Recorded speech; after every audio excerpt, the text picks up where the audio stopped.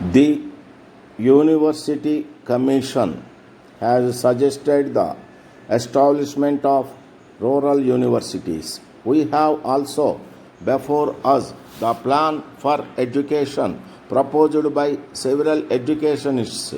My feeling is that our educational system would serve its true purpose only if it is integrated with the whole life of the Indian people instead of being merely related to the administrative system as it has been so far.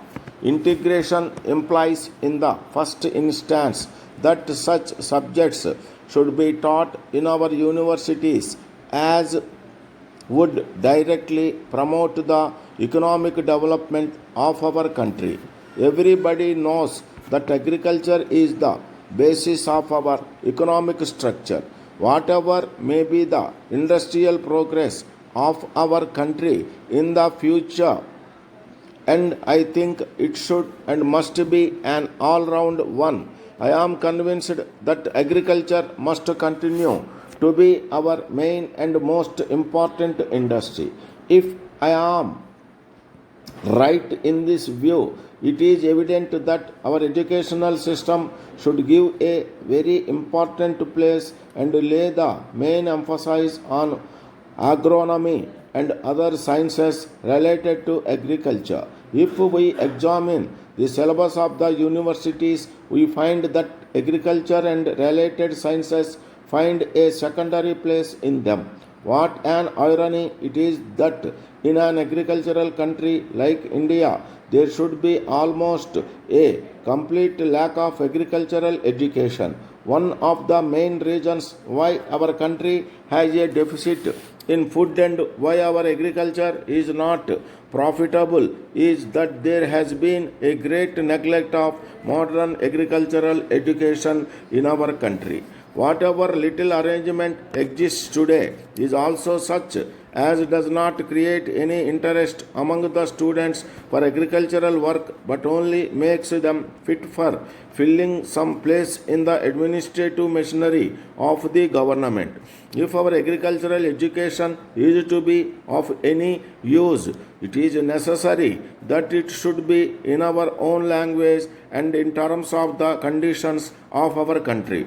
Above all, it should be much less expensive than it is today. It is only then that it would directly lead to the improvement of our agriculture. Similarly, I believe that there should be some arrangement in our educational institutions for textile education. I would not like to go into more details in this connection and would content myself by suggesting that there should be a close relationship between the syllabi of our educational institutions and the economic life of our country. The second point on which I would like to lay emphasis is that our educational institutions should possess statistics which can provide necessary information as to how many educated workers are required in any particular economic sphere, and on the basis of this knowledge, educational institutions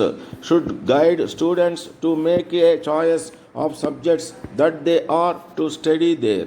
I think this could be conveniently arranged if there were a close liaison between the educational institutions, particularly the universities, and the organizations of industry, public service, and agriculture existing within any state.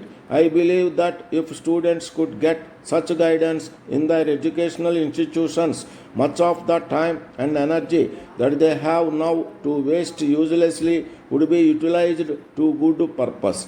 It often happens these days that a student passes a good part of his life in studying a subject which proves of no use to him after he has completed his education. If, however, education is imparted under a plan of this type, much of the energy of the youth and the money of the country would be saved from being wasted.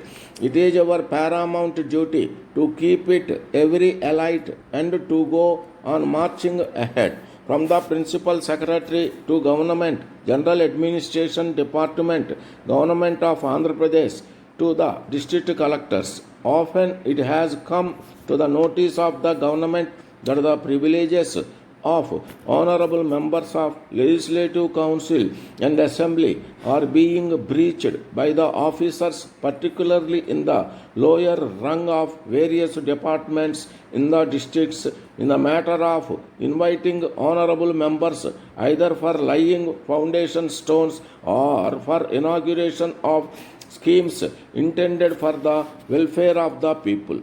As a matter of fact, some schemes are started and completed with the funds allocated by honorable members under their Assembly Constituency Development Fund.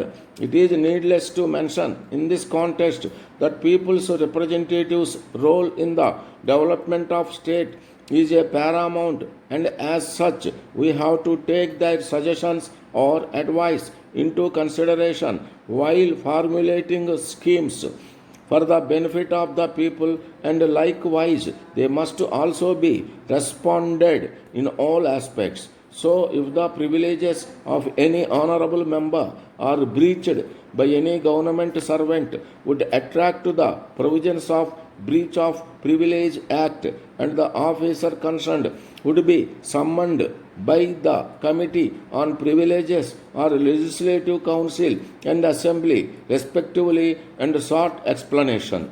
If the committee is not satisfied with the explanation of the officer, such officer would be punished under the law. Therefore, all the district collectors are once again informed that the privileges of public representatives should not be breached. Yours.